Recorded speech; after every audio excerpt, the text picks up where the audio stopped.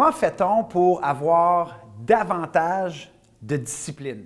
Imaginez avoir la capacité, la possibilité et l'habileté d'avoir davantage de discipline et lorsque vous vous fixez un objectif, eh bien, vous êtes prêt à mettre les heures et les efforts pour parvenir à l'accomplissement souhaité. Eh bien, c'est exactement à cette question que je réponds aujourd'hui dans la vidéo. Il y a quelques semaines, j'ai mis sur ma page Facebook une citation qui dit que la discipline est le pont entre nos objectifs et nos accomplissements. Et il y a plusieurs personnes de ma communauté sur Facebook qui ont dit « Martin, c'est bien beau comme image, l'image du pont, mais comment fait-on concrètement pour avoir davantage de discipline au quotidien, avoir cette capacité-là vraiment d'injecter l'énergie et les efforts nécessaires pour réaliser nos projets et nos objectifs? » Parce que, soyons honnêtes, très souvent, c'est tellement facile dans la société d'aujourd'hui, dans l'économie actuelle, de s'enfoncer constamment dans la procrastination, dans le sable mouvant des excuses et de se dire « j'ai juste pas assez la discipline pour réaliser tel accomplissement que je souhaite réaliser. » Alors, il y a deux stratégies, deux réflexions stratégiques que je vais vous partager aujourd'hui pour injecter davantage de discipline dans votre quotidien. Numéro 1, c'est d'investiguer la nature de vos objectifs. Si la discipline est le pont entre nos objectifs et nos accomplissements, très souvent, le premier faux pas que les gens font, eh bien, c'est d'avoir des objectifs qui appartiennent aux voisins ou qui nous sont présentés par la société, que ce soit une auto luxueuse, que ce soit une promotion, que ce soit peu importe. Très souvent, on va emprunter des objectifs qui ont l'air très cool à l'œil, mais vous, ce n'est même pas quelque chose que vous voulez réellement réaliser. Donc, quand je dis d'investiguer la nature de vos objectifs, eh bien, pourquoi voulez-vous réaliser cet objectif-là? Pourquoi est-ce que c'est important pour vous dans votre ADN de se réaliser dans cet objectif-là? Le fameux pourquoi du pourquoi. Il y a tellement de personnes, lorsqu'ils se lancent à la poursuite d'un objectif, qui vont tellement se focaliser sur le comment y parvenir, combien de temps est-ce que ça va prendre, qu'est-ce que ça me prend?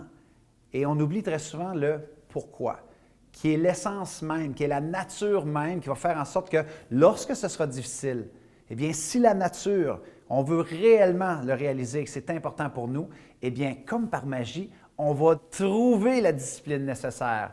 On va exiger davantage de discipline pour nous pour réaliser cet objectif-là. Donc, numéro 1, investiguer la nature. Est-ce que c'est vraiment vous qui veut réaliser cet objectif-là ou c'est quelque chose que le voisin semble posséder et qui vous attire? Alors, assurez-vous que c'est quelque chose qui est important pour vous.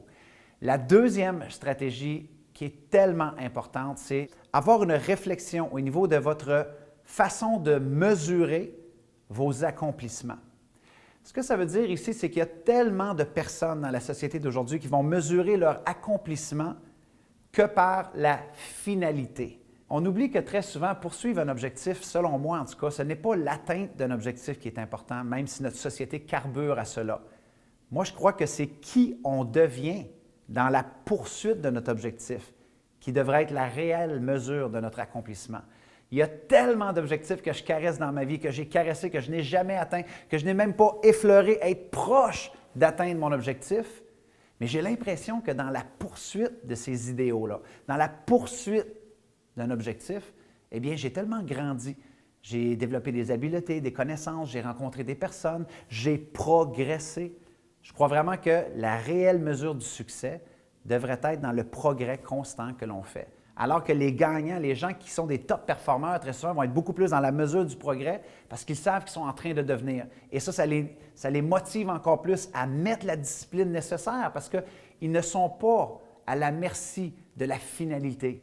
Ils ne sont pas à la merci nécessairement de l'atteinte ultime de cet objectif-là. Soit, ça va arriver à l'occasion qu'on va en atteindre, mais jamais se définir que par l'atteinte de nos objectifs. C'est beaucoup plus qui on devient en cours de route. Alors voilà, mes amis, deux stratégies super simples. Un, investiguer la nature de vos objectifs pour avoir davantage de discipline qui est le pont entre nos objectifs et nos accomplissements. Et la deuxième stratégie, peut-être reviser la façon dont on mesure qu'est-ce qu'un accomplissement. Ça prend quoi pour qu'on ait un sentiment d'accomplissement et pas faire l'erreur que ce soit seulement des finalités et des atteintes d'objectifs, mais mesurer et célébrer le progrès qu'on fait en cours de route parce que qui on devient dans la poursuite, selon moi, c'est ça l'accomplissement ultime qu'on devrait constamment viser en tant que top performeur. Et n'oubliez pas une chose, hein? J'ai un de mes bons mentors qui me disait constamment que le prix de la discipline est beaucoup moins dispendieux que le prix des regrets. Alors, d'être capable d'injecter de la discipline dans son quotidien, c'est certainement deux stratégies importantes que l'on peut appliquer dès maintenant. Alors voilà mes amis, j'espère que vous avez retrouvé de la valeur dans cette vidéo-là d'aujourd'hui sur comment avoir davantage de discipline.